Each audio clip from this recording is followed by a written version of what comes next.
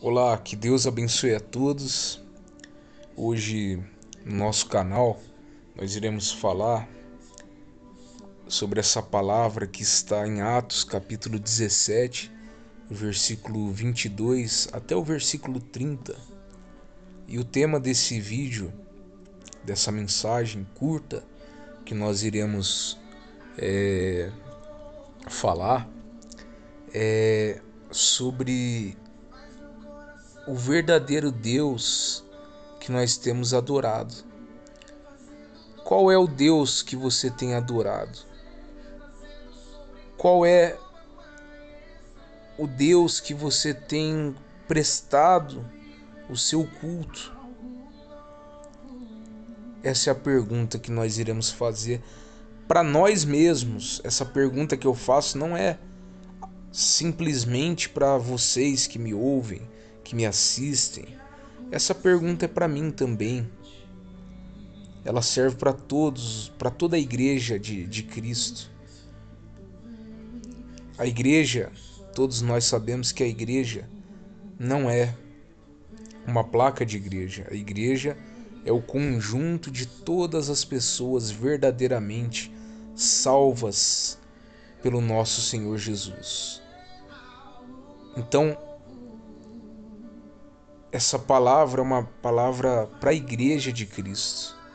É uma palavra que o Espírito Santo quer nos ensinar e nos mostrar qual tem sido o nosso erro, qual tem sido o nosso deslize para a gente poder acertar. Porque a verdade é que no meio cristão surgiram muitas doutrinas que não são reais, que não é aquilo que o Espírito Santo ensinou, não é aquilo que Jesus ensinou. A gente vê muitas religiões cristãs que têm adorado a coisas, a pessoas. Muitas pessoas pagam promessa, fazem campanhas. Muitas pessoas têm pegado, têm colocado a sua fé numa campanha, num objeto de contato para cura, para fortalecer a fé, numa estátua, num santo. Muitas pessoas têm depositado a sua fé num santo. E eu, com todo respeito, eu gostaria de falar isso com todo respeito, sem magoar, sem entristecer ninguém, porque Jesus, ele quer que a gente chegue ao conhecimento de toda a verdade. A palavra de Deus diz que Deus não quer apenas salvar, mas ele quer salvar sim, só que ele quer que o ser humano, que os seus filhos cheguem ao conhecimento de toda a verdade. Então, quando eu vejo um cristão sincero, um cristão verdadeiro, com superstições que a religião ensinou ele a ter, eu fico triste e eu oro para que essa pessoa deixe essa superstição e creia na fé pura, tenha uma fé pura em Cristo Jesus. A fé do cristão, ela tem que ser pura, ela não pode haver um ponto de contato. Por exemplo, no Antigo Testamento, várias vezes os profetas usavam pontos de contato para poder fortalecer a fé do povo de Israel. Só que aquilo ali era um povo natural, no seu estado natural. O cristão, ele não pode andar no seu estado natural. O cristão, ele tem o Espírito Santo habitando dentro de si, que lhe dá discernimento para saber o que é certo e o que é errado. No Velho Testamento, o Espírito Santo não habitava permanentemente no coração dos israelitas. O Espírito Santo usava profetas, habitava temporariamente em reis, em profetas, mas ele não. Lá no Velho Testamento a gente não vê a promessa de que o Espírito Santo estaria com uma pessoa até a consumação dos séculos, por exemplo. Já no Novo Testamento, Jesus disse: eu enviarei um Consolador que estará convosco para sempre. Então é algo permanente. O cristão hoje ele tem o privilégio de ter o Espírito de Cristo, o Espírito de Deus, permanente no seu coração. Para sempre. É para sempre. No Velho Testamento não era para sempre. Era temporariamente. Então ali, voltando à explicação, ali no Velho Testamento o povo de Israel era um povo natural, no seu estado natural, não era um povo espiritual como é a Igreja de Cristo, como é os cristãos. Então eles precisavam ali, quando eles estavam no Egito, eles precisavam de algum sinal para crer que Deus estava com Moisés e o povo de Israel. Por quê? Porque eles eram homens naturais. Eles não eram homens cheios do Espírito Santo. Porque a pessoa que é cheia do Espírito Santo, ela é convencida por Cristo. Ela entende o que Cristo quer dizer. Então, Deus usava antigamente pontos de contato. Ele usou cajado para abrir o Mar Vermelho. Ele usou sal para purificar as águas do rio, que, se eu não me engano, foi Elias que fez isso. Então ele usava para poder convencer o homem natural, mas o cristão é homem espiritual. Ele não precisa de ponto de contato, ele não precisa de sal, ele não precisa de cajado, ele não precisa de arruda, ele não precisa de um santo pendurado num quadro da sua casa para proteger a casa. Não. O homem espiritual, ele tem a fé pura. Então é isso que o Espírito Santo quer ensinar hoje. Para que o cristão, a Igreja de Cristo, tenha uma fé pura, sem superstições, sem precisar de campanhas, de pagar promessa, como muitos fazem. Vão andando de joelhos até tal cidade para pagar uma promessa. Não tem nada disso escrito na palavra de Deus. E Deus está triste de ver os seus filhos sofrerem por ensinamentos errados. E Ele quer que você chegue ao conhecimento de toda a verdade. E é por isso que eu fiz esse vídeo. Então a pergunta é: qual é o Deus que você tem crido? Qual é o Deus que você tem adorado? Você tem adorado o Deus que precisa de um ponto de contato, precisa de um sal, de um cajado, de que você pague promessa para que ele faça um milagre? É esse o Deus que você tem adorado? Olha só o que Paulo fala em Atos capítulo 17, versículo 22 até o 30. Diz assim: estando Paulo no meio do Areópago, disse: homens atenienses, em tudo vos vejo como sendo um tanto supersticiosos. Olha que eu falei, superstição, né? Versículo 23. Porque passando eu e vendo os vossos santuários, achei também um altar em que estava escrito: ao Deus desconhecido. Esse, pois, que vós honrais, não conhecendo, é o que eu vos anuncio. Então aqui, eu sei que muitos de vocês já ouviram essa pregação. Quando Paulo chegou na Grécia, lá em Atenas, o povo grego tem vários deuses, tinha vários deuses, tem até hoje vários deuses. E tinha vários altares com várias imagens. E tinha um altar que não tinha imagem nenhuma, e estava escrita: ao Deus desconhecido. Então Paulo usou a inteligência dada pelo Espírito Santo para pregar em cima disso. Só que qual é o ponto que eu quero chegar, né, com essa leitura? A mesma coisa tem acontecido com os cristãos hoje. Você tem várias crenças.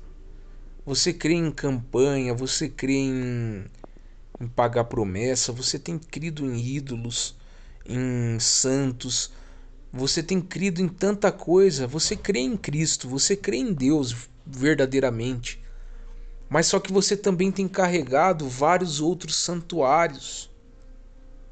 A sua fé não está pura no único Deus, que é esse Deus desconhecido que o povo grego adorava sem saber.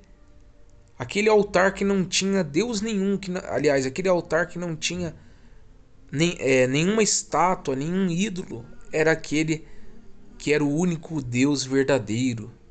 Então você tem adorado tantos deuses falsos, você tem adorado tantas superstições, você tem vivido em tantas superstições falsas que nada tem a ver com Deus verdadeiro. Então se volte e creia no Deus verdadeiro. Quem é o Deus verdadeiro? É o Deus que deu o seu único filho para morrer no lugar do ser humano pecador. Esse é o Deus verdadeiro. Esse é o único Deus verdadeiro. Esse Deus que criou o mundo inteiro. Ele deu o seu filho para morrer no lugar da humanidade. Mas a humanidade precisa crer nele, precisa crer em Cristo. Então deixe as superstições de lado, essas coisas que eu falei, deixe de lado e foque a sua fé exclusivamente e puramente em Cristo Jesus, que é o único Deus verdadeiro. É o único que merece adoração, louvor e fé. A sua fé tem que estar 100% em Cristo. Não é em campanha não é em campanha de sal, de cajado, de pagamento de promessa, como muitos cristãos andam de uma cidade a outra de joelhos, como antigamente muitos cristãos no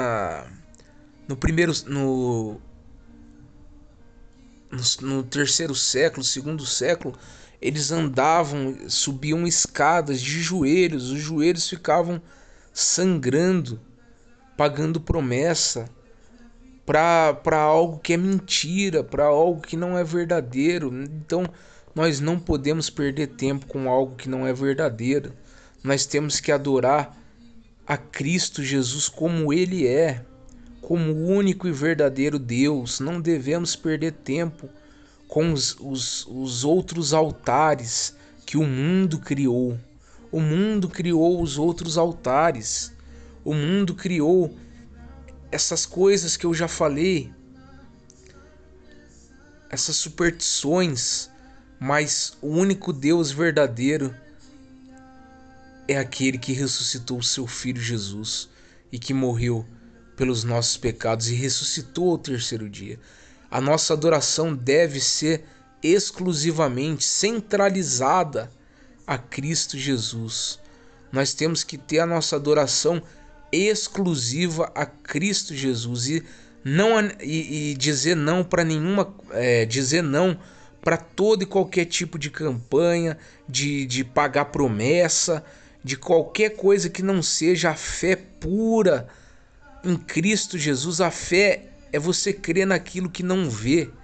A fé pura está em você crer que Deus está contigo, sem você ver nada, sem você ter objeto nenhum, sem você ter santo nenhum, sem você fazer campanha nenhuma. A fé pura e verdadeira está em crer num Deus invisível que criou os céus e a terra, que deu o seu Filho visivelmente, ou seja, Deus veio em forma humana para que os homens vissem o Filho de Deus, e esse Filho de Deus morreu pelos nossos pecados, ressuscitou ao terceiro dia e está pronto para salvar todos aqueles que crerem nele como único Salvador.